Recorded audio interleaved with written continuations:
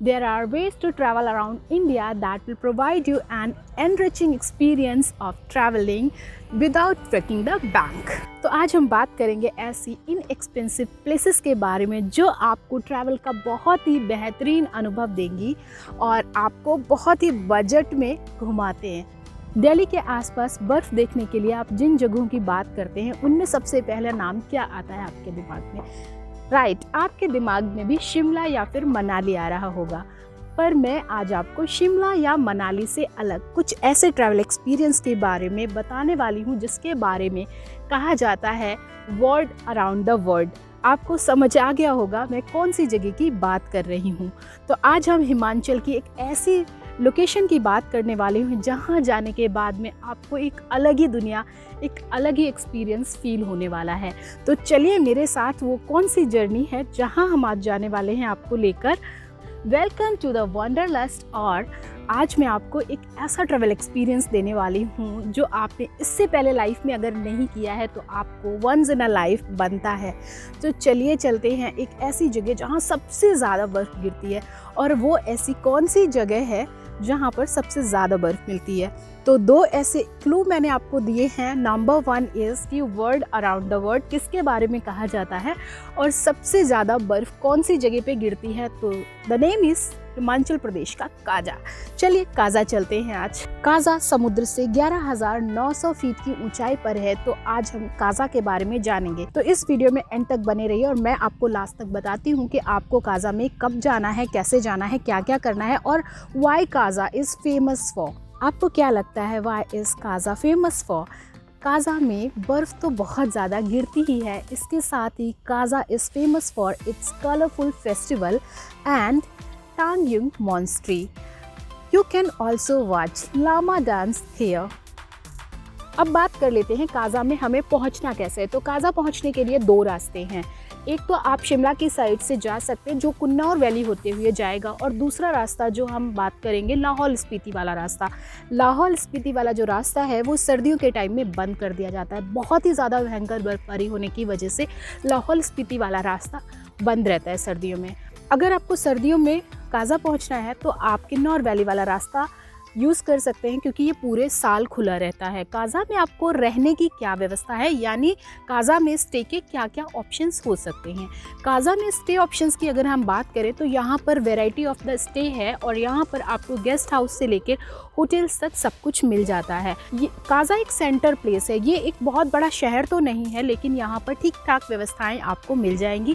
Medical facility भी आपको available है। और अगर आप काजा जा रहे हैं तो यहाँ की मार्केट जाना बिल्कुल भी मत भूलिए। तो अभी आपको लगता है कि अगर हम काजा की मार्केट जाएंगे तो वहाँ से कौन सी चीज़ों को हमें शॉप करना चाहिए। अगर आप भी शॉपिंग की शौकीन हैं तो काजा आपके लिए बेस्ट हो सकता है। उसके बारे में मैं आपको बताऊंगी कि क्यों। क्योंकि काजा में बहुत ज़्यादा बर्फ़ पड़ती है जिसकी वजह से यहाँ के लोकल्स बाहर नहीं जा पाते और कोई और काम उनके पास होता नहीं है, तो ये घर में रहकर अपने टाइम को यूटिलाइज़ करते और बहुत ही खूबसूरत से हैंड क्राफ्ट्स बनाते हैं। तो अगर आपको इनके हाथों के बुने हुए शॉल, स्वेटर, जैकेट, ग्लव्स और कैप्स चाहिए तो ये बहुत ही अच्छी रेंज में आपको मिल जाते हैं।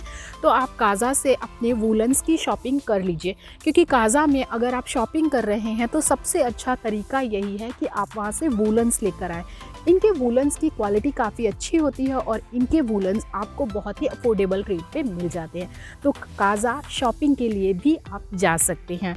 साथ ही काजा जितना अपने हैंडीक्राफ्ट को लेकर फेमस है उतना ही ज़्यादा काजा फेमस है अपने फेस्टिवल्स के लिए।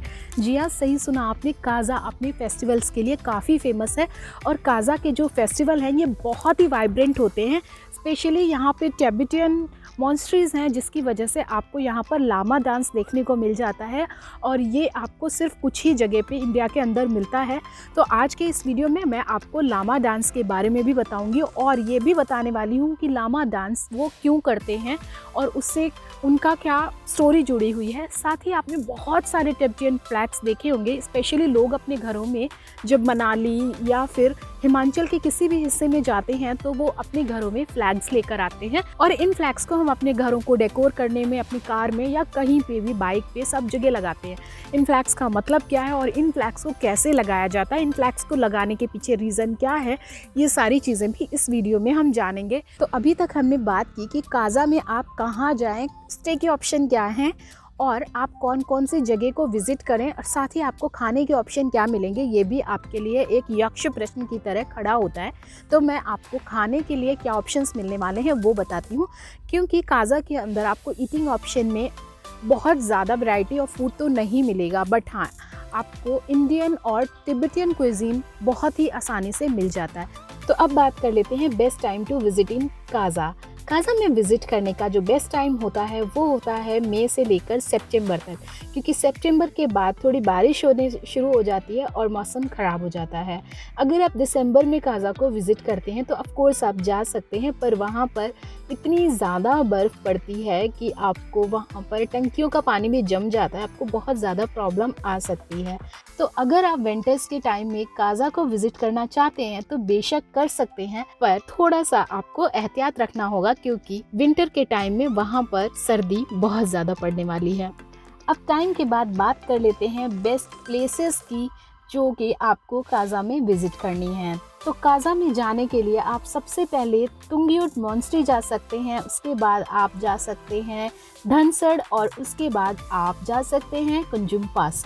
अब हम बात करेंगे best things to do in Kaza. Kaza में आप कर क्या सकते हैं, काज़ा में क्या क्या करना चाहिए। पहले तो हमने शॉपिंग की बात की थी। काज़ा में आप शॉपिंग तो बेशक कर ही सकते हैं, वहाँ से वूलन्स ले सकते हैं। उसके अलावा काज़ा का फेस्टिवल भी बहुत ही खूबसूरत है देखने के लिए। पर काज़ा का फेस्टिवल कब होता है? काज़ा का फेस्टिवल चूँकि चंद्र कैलेंडर के अनुसार मनाया जाता है, इसलिए ये फेस्टिवल का टाइम थोड़ा अलग अलग हो सकता है हर साल में। जनरली ये फ़ेब में मनाया जाता है। काज़ा को फगली या गोची फेस्टिवल के नाम से भी जाना जाता है।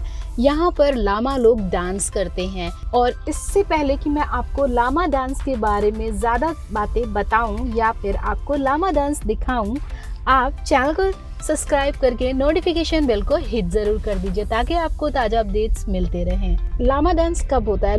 लामा डांस लोसार फेस्टिवल के दौरान किया जाता है।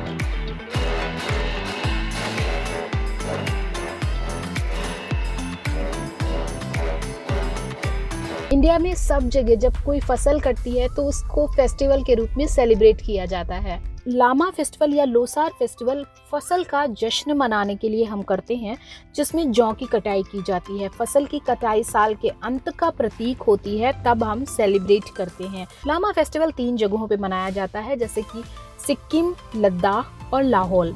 इन तीनों जगह पे आप लामा डांस को एंजॉय कर सकते हैं।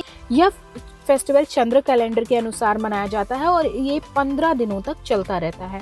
कभी कभी ये नवंबर में पड़ जाता है, कभी दिसंबर में और कभी जनवरी में भी पड़ सकता है, लेकिन ये जो फेस्टिवल है ये फरवरी में ज़्यादातर पड़ता है। फेस्टिवल के पहले 3 दिन काफ़ी इम्पॉर्टेंट होते हैं और इस दिन ये लोग चांग, एक ड्रिंक होता है, वो बना के पीते हैं। और उसके अलावा ये लोग घुटुक बनाते हैं, जो सूखे पनीर और अनाजों को मिलाकर बनाया जाता है। त्योहार का जो पहला दिन होता है वो लामा लेसर कहते हैं उसको, जिसका मतलब होता है गुरु का त्योहार। इस दिन खूब सारे झंडे लगाए जाते हैं। जो आप लोग तिब्बतियन फ्लैग देखते हैं, ये त्योहार वाला जो पहला दिन होता है लामा लोसर, उसी दिन लगाए जाते हैं।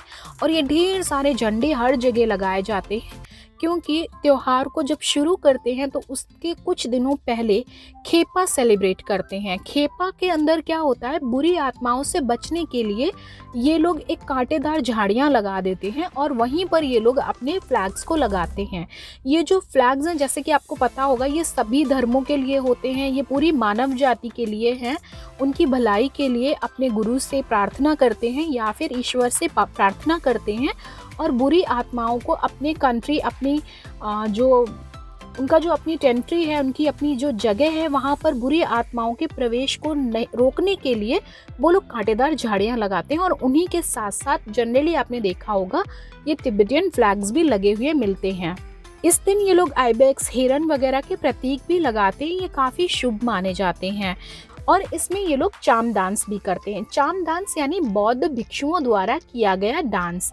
ये वाले डांस में ये लोग मुखौटे पहनते हैं, जिसमें कि बुराई पर अच्छाई की जीत दिखाई जाती है। जैसे हम लोग विजयदशमी सेलिब्रेट करते हैं ना, बिल्कुल ऐसे ही ये लोग हर जगह, हर कंट्री में आपने देखा होगा कि अलग अलग टाइप का डांस करके सेलिब्रेट किया जाता है और हर जगह बुराई को ख़त्म करके उस पर अच्छाई की जीत को दिखाया जाता है किसी भी डांस के माध्यम से। चाम डांस भी इसी तरह का कुछ डांस है। इसमें बुरी आत्माओं को भगाकर हमारे देवताओं को प्रसन्न किया जाता है डांस करके, और ये लोग मुखौटे पहन के ढेर सारा डांस करते हैं, एंजॉय करते हैं फेस्टिवल को। तो इसी तरह की रोमांचकारी यात्राओं के इंफॉर्मेशन के लिए और उनको एंजॉय करने के लिए उनके वर्चुअल टिकट के लिए stay tuned to the Wanderlust. Thanks for watching, bye bye.